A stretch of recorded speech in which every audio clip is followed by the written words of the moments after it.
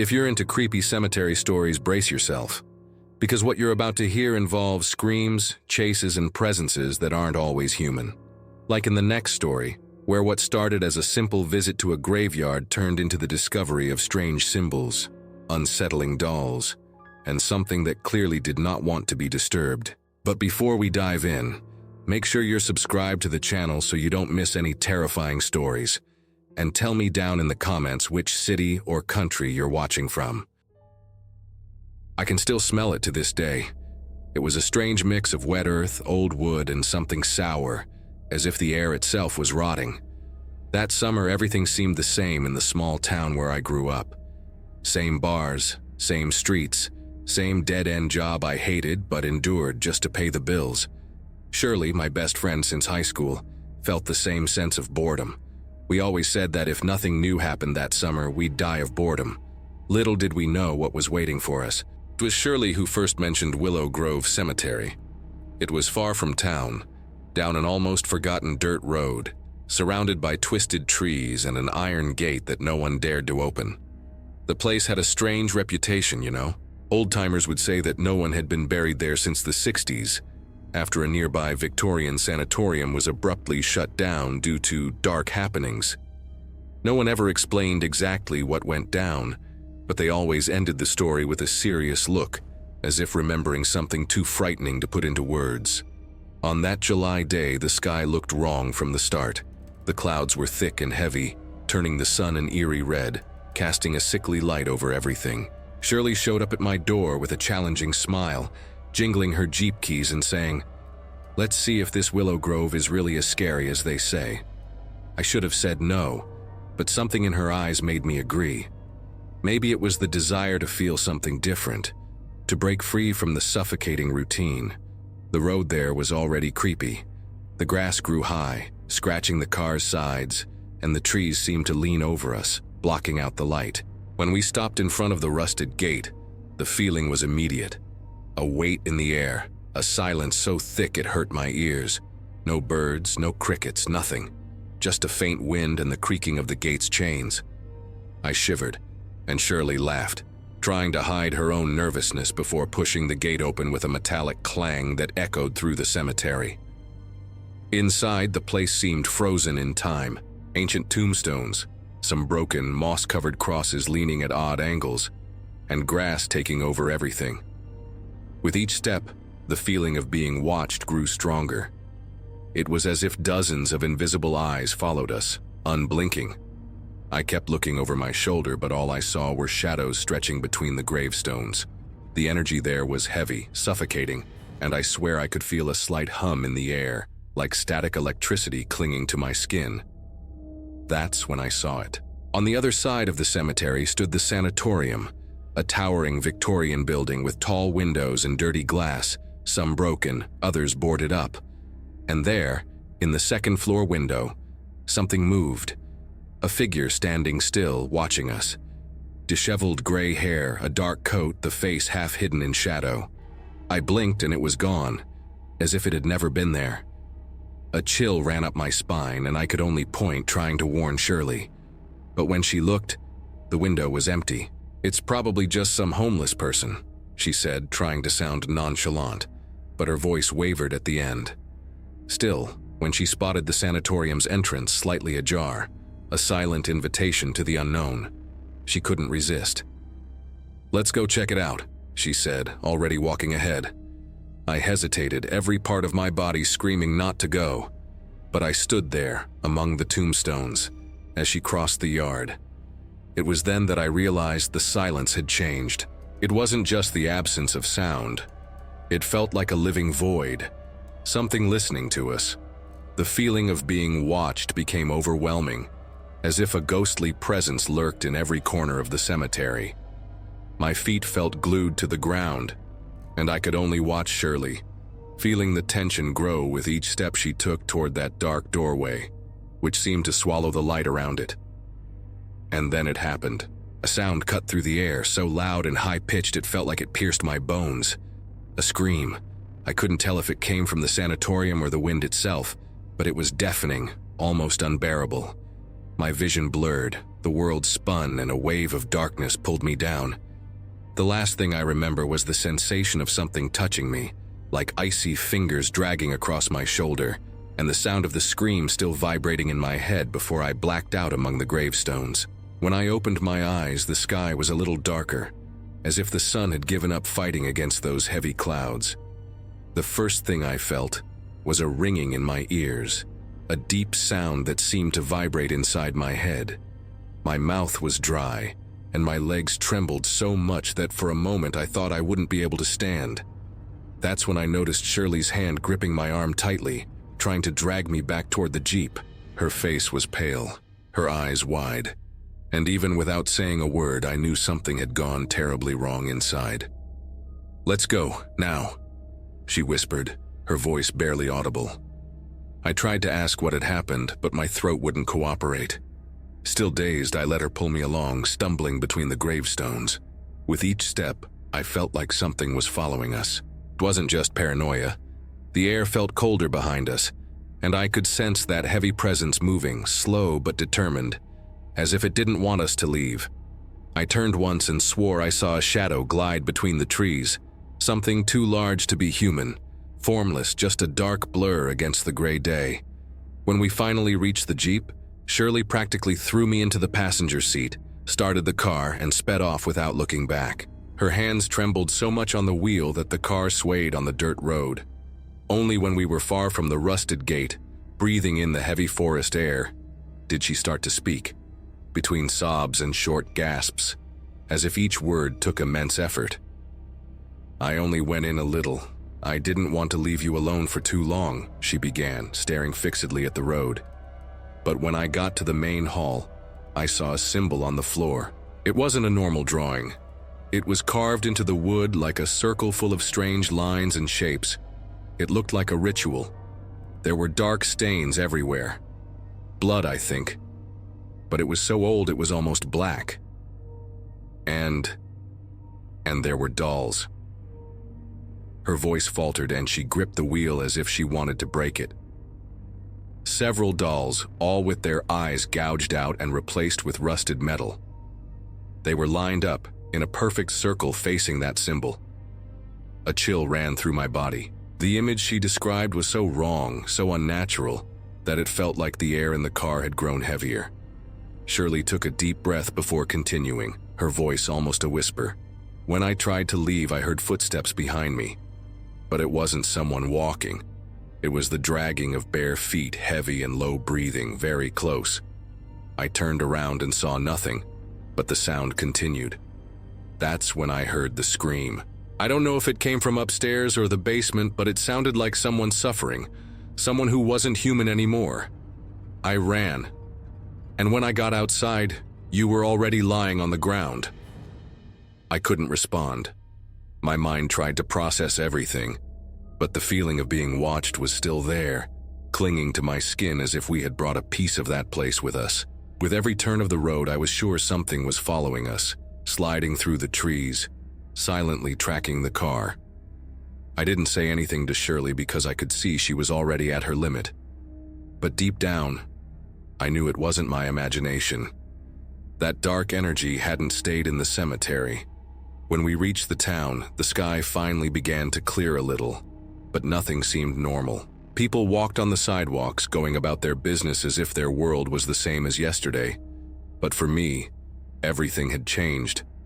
The memory of the scream still vibrated in my bones, and every time I closed my eyes, I saw that shadow in the sanatorium window, standing there, watching us, waiting. To this day, every time I drive down that road, I feel the same chill, the same sensation of being watched. I know there are things that shouldn't be seen, places that carry an energy so dark they should never be disturbed. And Willow Grove is one of those places, one that will never let us forget what happened there. Creepy, right? What did you think of that story? On a scale from 0 to 10, how would you rate it? Drop your thoughts in the comments below. Some places just don't want to be touched. And sometimes, leaving them doesn't mean you're safe. Like in the next story, where the danger didn't come from inside an abandoned place, but from someone far more real and armed, lurking among the graves. That night, the sky seemed too heavy for a small town like Lakewood. The clouds moved slowly, hiding the moon, and the breeze coming off the lake carried an odd chill, different from the usual. My boyfriend Ryan and I were on the living room sofa trying to finish some random movie when Max, the neighbor's dog, started barking like the world was about to end. At first, we tried to ignore it. Max barked a lot, usually when a raccoon or a cat wandered through the backyard. But this time there was something in those barks. They were accompanied by low, dry growls, as if he was seeing something that truly terrified him. Our house is simple but cozy. 2 stories, a small porch, and a backyard that stretches to the fence separating our property from the cemetery behind the Catholic chapel. During the day, you can almost pretend that place isn't there, but at night, well, it's impossible not to look out the window and feel a chill. The chapel's tower stands silently, and the bell, even without ringing, seems to cast a living shadow over the gravestones. Ever since we moved here, I've always had a strange feeling when night falls, as if someone were watching every move of our house from that silent field. Max wouldn't stop. He was jumping against the fence, barking as if something was invading his territory. Ryan got up, went to the kitchen window and peeked into the backyard. "It's probably just a raccoon," he said, trying to sound unfazed, but I saw the way he gripped the curtain tightly, as if trying to convince himself. The silence of the cemetery only made everything worse. It was a heavy kind of quiet, almost tangible, and with each of Max's barks, it seemed like something moved on the other side, beyond the gravestones. After a few minutes, Ryan grabbed his jacket and said he was going to check it out. I tried to convince him to leave it alone, but he laughed, saying he didn't want the neighbor complaining that we didn't help control the dog's chaos. I stayed at the door, watching him cross the backyard. The light from our garden post illuminated part of the grass, but soon the darkness took over, as if the cemetery absorbed any brightness. The wind suddenly picked up, bringing a damp smell of overturned earth, and I felt the first twinge of that negative energy I could never explain, like something out there didn't want Ryan around. Max got even more agitated as Ryan approached the fence. He barked at a fixed point between 2 gravestones near the chapel. I tried to see what it was, but it looked like just darkness. Then I saw Ryan stop suddenly, his body rigid, his shoulders tense. "Is someone there?" he shouted, his voice echoing through the cemetery. No one answered, but seconds later a figure emerged, staggering in the shadows. At first I thought it was a drunk or someone lost, but when the post light touched the face of that person, my stomach turned. It was a man, or something that looked like a man, with tattered clothes, dirty with earth, his face covered in dried blood, and a vacant stare that chilled me to the bone. He held a knife, and even from a distance you could see that the blade was stained. Ryan took a step back, hesitating, unsure whether to scream or run. The figure took 2 slow steps toward him, head tilted to the side, as if studying every move of my fiancé. Max lunged against the fence, growling, trying to throw himself over it to attack, but it seemed like that didn't scare the intruder at all. The scene became so surreal that for a moment I thought it was a nightmare. Ryan shouted my name, desperate. "Call the police, now!" His voice brought me back and I ran to the phone, trembling. As I spoke to the operator, trying to explain what was happening, I looked out the window again. The figure continued walking toward Ryan, the knife hanging by his side, as if at any second he would raise it and advance. Max didn't stop barking, a higher-pitched bark, almost a warning that something very wrong was happening there. What terrified me even more was realizing there was no sound of footsteps, no sound of twigs breaking under the intruder's feet. Nothing but the barks and the wind dragging dry leaves across the ground. It was as if that presence didn't truly belong there, as if it had come from some point where life no longer exists. The operator said she would send a patrol car immediately, and I could barely thank her before dropping the phone and running back to the door, too scared to cross the backyard to help Ryan. He stood there, staring at the man, trying to keep his distance, his breath visible in the cold air. I saw the fear etched on his face, a fear I had never seen before, not even in the most dangerous situations we had faced together. Something in that cemetery that night had shattered the sense of security we had always had. And as I watched, my heart racing, a horrible certainty formed within me. This would not be just another strange night. This seemed like the kind of supernatural experience that leaves deep marks, the kind that completely changes the way you see the world. The patrol car's headlights cut through the darkness a few minutes later, but to me, it felt like hours had passed since I called the police. Ryan was still there, motionless, while the figure slowly approached, as if each step was calculated to keep us trapped in fear. The knife gleamed when the moonlight escaped through the clouds, and the supernatural silence that enveloped everything only made the scene more disturbing. Max didn't give up, barking as if trying to save us from something we didn't understand. When the first siren echoed in the distance, the figure stopped. I swear I saw its head slowly turn toward the sound, as if not surprised, just annoyed. Ryan took advantage of the distraction and ran to the fence, shouting at me to stay inside the house. I wanted to go out, grab him by the arm and run inside, but my legs seemed rooted to the ground, paralyzed by that heavy energy coming from the cemetery, as if something invisible didn't want us to leave there alive. The patrol car parked in front of the chapel, and 2 officers got out quickly, flashlights in hand. Ryan, still panting, pointed to where he had seen the figure. The officers illuminated the path between the gravestones, walking slowly, not quite believing our story. I could see the beams of the flashlights sweeping the cemetery, but there was no one there anymore. No sign of the bloodied man, no footprints in the damp earth. The only sound was the wind blowing through the trees and the chapel bell creaking slightly, even though there wasn't enough strong wind for that. One of the officers tried to calm us down, saying it was probably just some vagrant trying to scare people. But Ryan and I knew it wasn't that. I still felt that chill running down my spine, that uncomfortable feeling of being watched closely, even with the police present. It was as if something had hidden, but was still there, waiting for the right moment to return. After searching the entire cemetery, the officers advised us to lock the doors and windows and call again if there was any sign of intrusion. They promised to spend the night patrolling the area, but it was clear they thought the situation was exaggerated. As soon as we went inside and closed the door, Ryan hugged me, and for the first time, I felt that he was truly scared. It wasn't just an intruder, he said. There was something wrong with that man, with the way he moved, with that lifeless gaze, as if he wasn't a real person. We tried to sleep, but the tension wouldn't let us. Every creak of the floor, every gust of wind against the window seemed like a warning. Sometimes I was sure I heard slow footsteps outside, as if someone were walking around the house dragging something along the ground.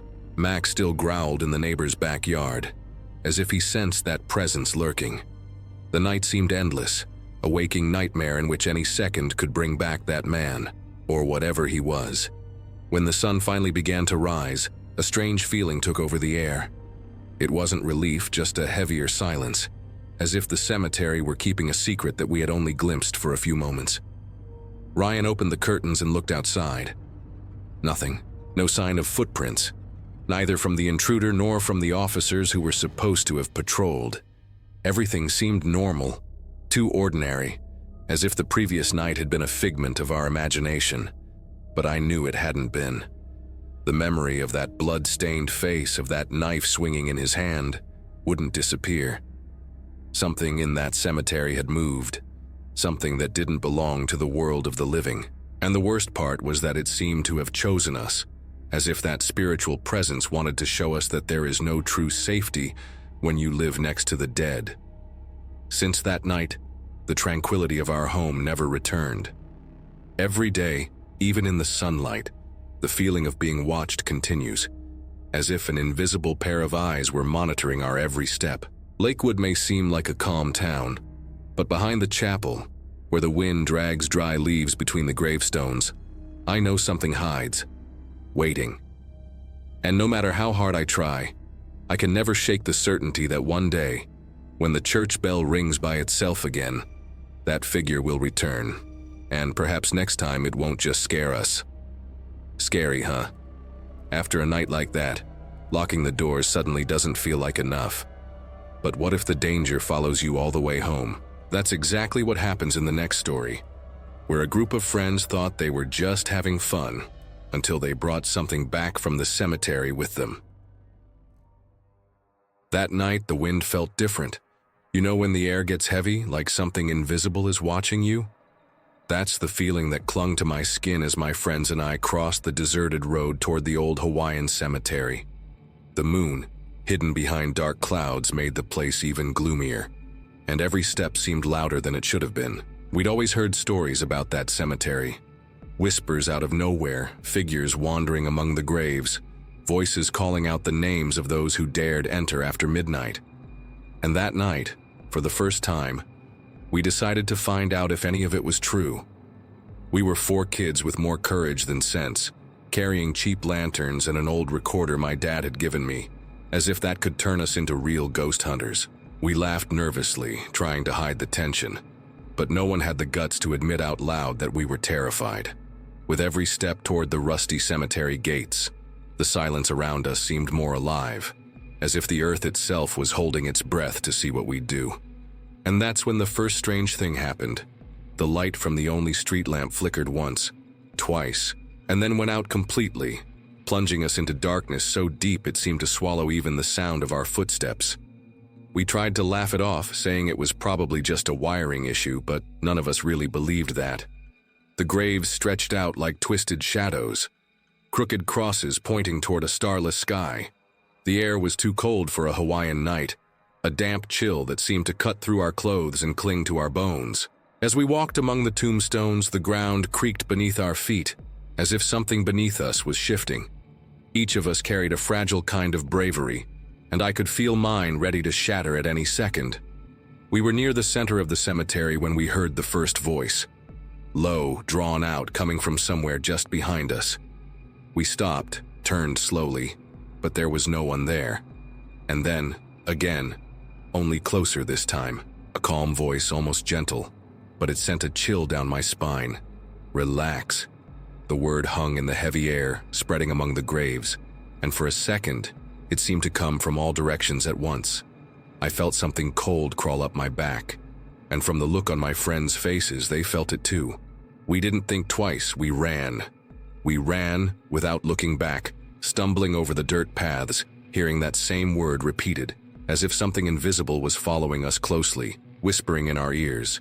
When we finally made it out of the cemetery gates, the street lamp flickered back on, casting a weak yellow light, as if nothing had happened. No one said a word on the way back home, but you could feel the fear in the air, heavy and clinging to us. I tried to convince myself it was just our imagination, that the voice had been all in our heads. But that night, lying in bed, I realized the fear had followed me home. It started with small things. The first strange thing was the smoke. It was the middle of the night when I went downstairs to get a glass of water and saw a thin, cold mist floating through the kitchen, as if someone had released dry ice smoke. I touched it, expecting to feel warmth or some smell, but it was freezing, so cold it made my hand hurt. When I turned on the light, it vanished, as if it had never been there. I went back to bed trying to convince myself I'd been dreaming, but I didn't sleep the rest of that night. The next night, I woke up to the lights in my room turning on by themselves. First a soft click, then another, the lamp flickering before staying on, illuminating the entire room. I was alone, the door locked, yet the light had turned on without anyone touching the switch. I sat up in bed, my heart pounding in my chest with the clear feeling that someone was there, watching me from the darkest corner of the room. But there was nothing, or at least nothing I could see. The dogs in the house started acting strange too. Normally, they slept in the backyard without making a sound, but in the nights that followed our visit to the cemetery, they barked non-stop, staring at nothing, growling at empty corners, their ears perked up, the fur on their backs standing on end. One night, one of them whimpered as if he'd seen something horrible, staring fixedly at my bedroom door. I knew they saw something we couldn't. As the days passed, the energy in the house changed. The air was colder, heavier. Even the silence felt different, as if someone were breathing alongside us. Every time I walked through the kitchen, I remembered the cold smoke. Every time I went to bed, I was afraid to open my eyes and see someone standing there staring at me. That's when it hit me. Something had come back with us from that cemetery that night. It couldn't be a coincidence. The voice that had said, "Relax," still echoed in my head, as if it were mocking us, as if it had been an invitation to something worse. I spent days trying to understand, searching for answers in old books, talking to people who knew the local legends. I found out that the cemetery was one of the oldest on the island, built on land considered sacred long before the Europeans arrived. They said guardian spirits walked there, and that anyone who entered without permission carried the negative energy home with them. I had laughed at those stories so many times, until I lived one myself. Today, every time I pass by that cemetery, I feel the same chill I did that first night. I never went back, but sometimes, late at night, when the house is silent, I still hear that calm voice so close to my ear, whispering the same word that started it all: relax. That's downright bizarre. When something starts messing with the lights, the dogs, and even your sanity, it's hard to go on living life like nothing happened. But some people just can't stop pushing their luck, tempting the unknown night after night, like in the story you're about to hear now, where a strange figure in the fog turned a simple hangout with friends into a nightmare that never really ended. But before we get into it, if you've made it this far, it means you're enjoying these stories. So hit that like button to let YouTube know you want more content like this, and never miss another chilling tale. Back in those days, we had this weird habit after work. Me and 3 other friends from the restaurant where we worked always ended up in the same place, the town cemetery. I know it sounds bizarre, but for us, it was a quiet refuge. Far from the noise of the kitchen, the smell of grease soaked into our clothes, and the voices of customers complaining about everything. Marcelo's van was our meeting spot. We'd grab some drinks, park near the main gate, and just hang out talking about life, laughing and shooting the breeze. There was nothing macabre about it, until that night. The sky was overcast, moonless, and a strange fog had started creeping along the ground when we arrived. Fog wasn't unusual there, but this time it seemed thicker, like it was coming from the cemetery itself, pooling between the tombstones and slithering toward the street. We got into the van, cracked open our drinks, turned on the radio low, and started chatting about work nonsense. Everything seemed normal, but I couldn't shake this heavy feeling in the air, like something was about to happen. A negative energy hung over the place, making everything eerily silent, as if even the wind was too scared to pass through. I was sitting in the back seat, leaning against the side door, when I saw something moving outside in the fog. At first I thought it was just my tired eyes playing tricks on me, but with each passing second, the silhouette became clearer. It was a man, or at least it looked like one, riding an old-fashioned bicycle with thin tires and high handlebars, like something out of another era. The weird part was that he didn't come from the road. He just emerged from the fog inside the cemetery, slowly weaving between the gravestones, heading toward the gate. My heart started racing and I tried to get the others' attention, but they just brushed me off, thinking I was making things up. The figure got closer, and I started to notice something was seriously off about it. Its movements weren't natural. They were jerky, like its body was dislocating with every pedal. The bicycle made no sound, not even the creak of a rusty chain. The man wore an old hat and dark clothes, but his face, it was covered by an even denser fog, as if the mist itself clung to him. Then, out of nowhere, he stopped. The bicycle froze, and he slowly lifted his head toward the van. That's when the fog distorted, revealing something that was definitely not human.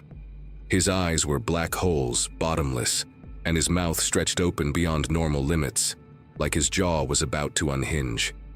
A deep, guttural growl echoed from him, but it didn't seem to come from outside. It vibrated inside my head. In the blink of an eye, the figure transformed. His legs, once on the pedals, twisted at an impossible angle, and his body stretched, becoming misshapen, like a demon straight out of a nightmare.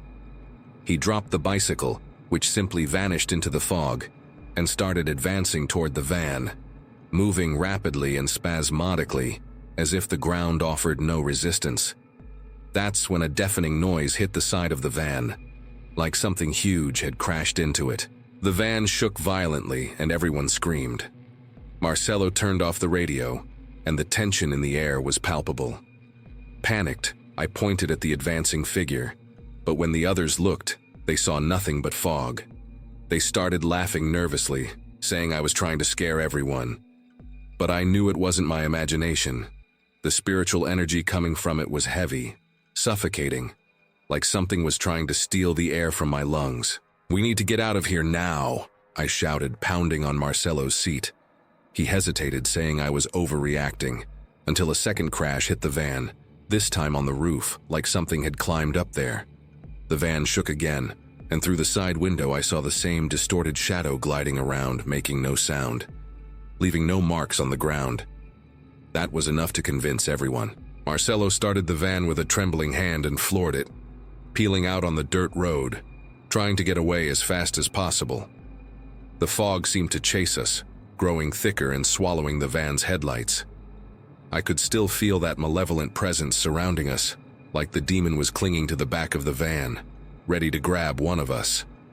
Only when we passed through the gate and hit the main road did the fog start to dissipate, and the suffocating feeling slowly lifted. We sat in silence for long minutes, trying to process what had just happened. The following days were strange. At the restaurant, my friends would bring up the incident, always laughing, saying I had too wild of an imagination. None of them wanted to admit they felt the same fear I did, but I saw the terror on each of their faces when the van shook. The problem was, for them, it was just a story from a weird night. For me, it was a supernatural experience that left scars.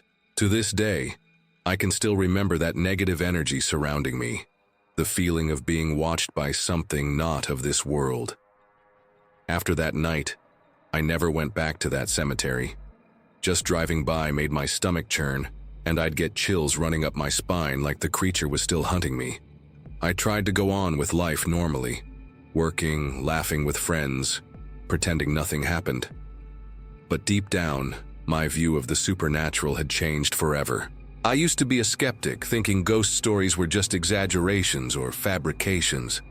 But that night, the fog lifted and showed me something that shouldn't exist.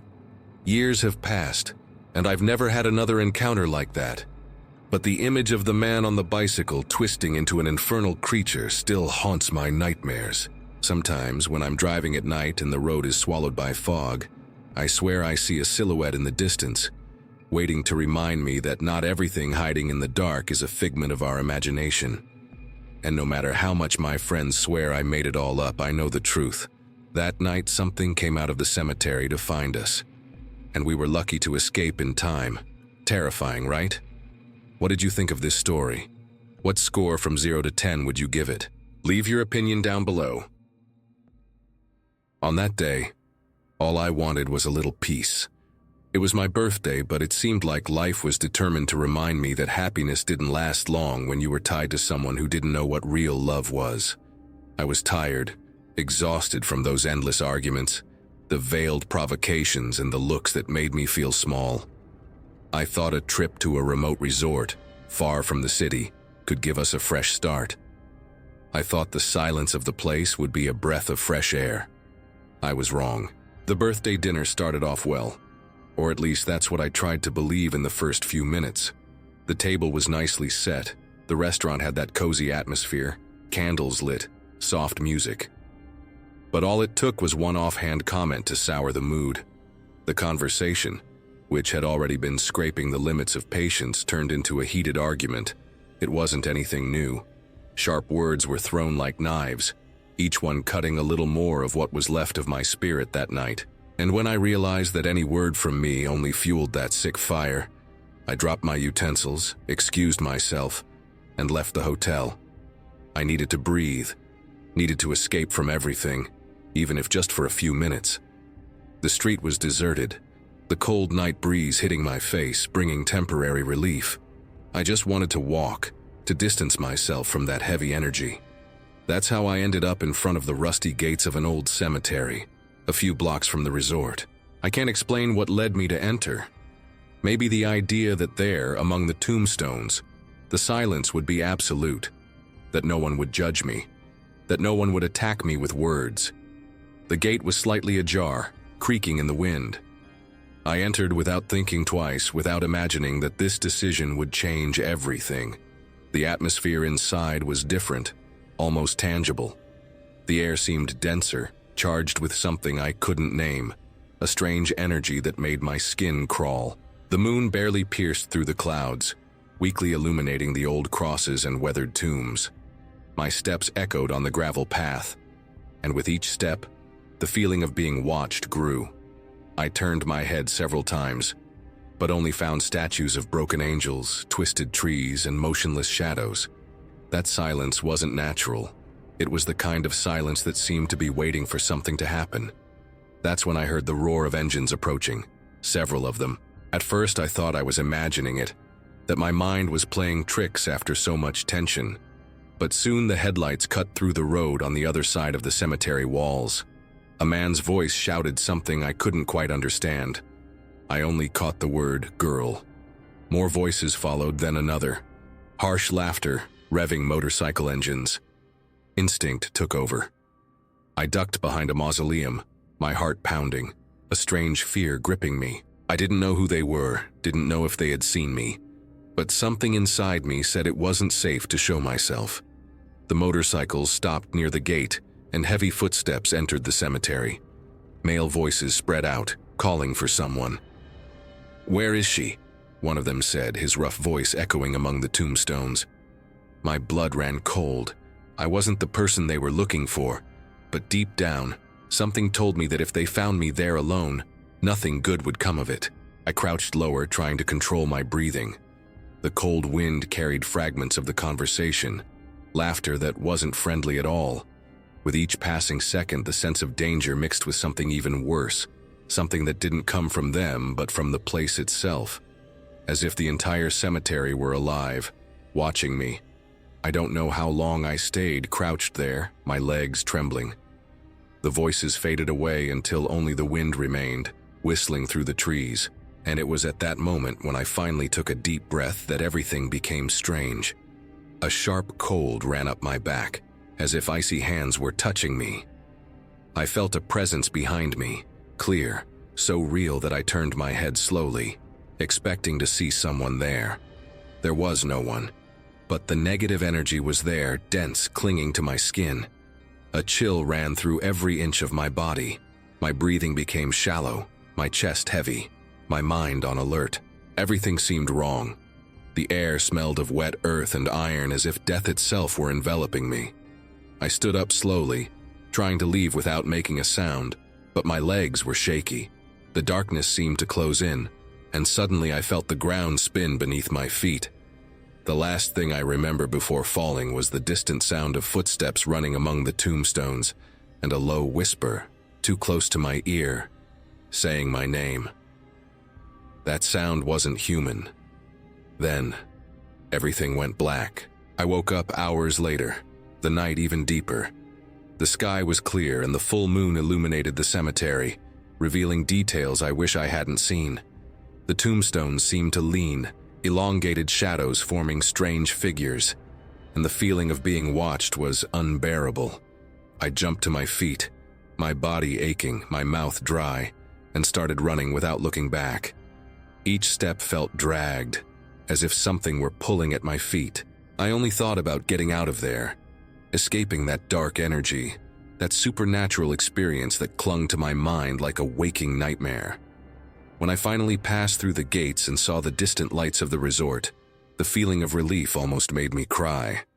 I entered the hotel through the side door, unnoticed, and went up to the room with trembling hands. The night's argument seemed small compared to what I had just experienced. I said nothing, just locked myself in the bathroom, looked at myself in the mirror, and realized that something had changed. I couldn't live like that anymore, tied to a relationship that made me feel insecure even when I was awake. If the night in the cemetery taught me anything, it was that life is too fragile to be wasted in a place or with someone who only drags you down. The next day, without making a scene, I packed my things and left. I never entered a cemetery at night again, not out of curiosity, not out of challenge. That experience left a mark that time hasn't erased. More than fear, It gave me clarity. And every time the memory of that icy whisper returns, I am grateful for having had the courage to run away from that darkness, and from the darkness that was my life beside someone who never knew how to love me. There are some experiences that don't even need a ghost to leave a mark on you, right? That last story was intense. And if you made it all the way here with me, comment down below. Not even the cemetery scared me away. Just so I know who's really in it until the end. And don't forget to subscribe to the channel. There are always new stories to send chills down your spine. And if you're into this kind of tension, you're in the right place. If you liked the video, give it a thumbs up. No pressure. Just if you felt that connection. There's another video right here that keeps up this same eerie vibe. Click it and keep me company over there. If you dare.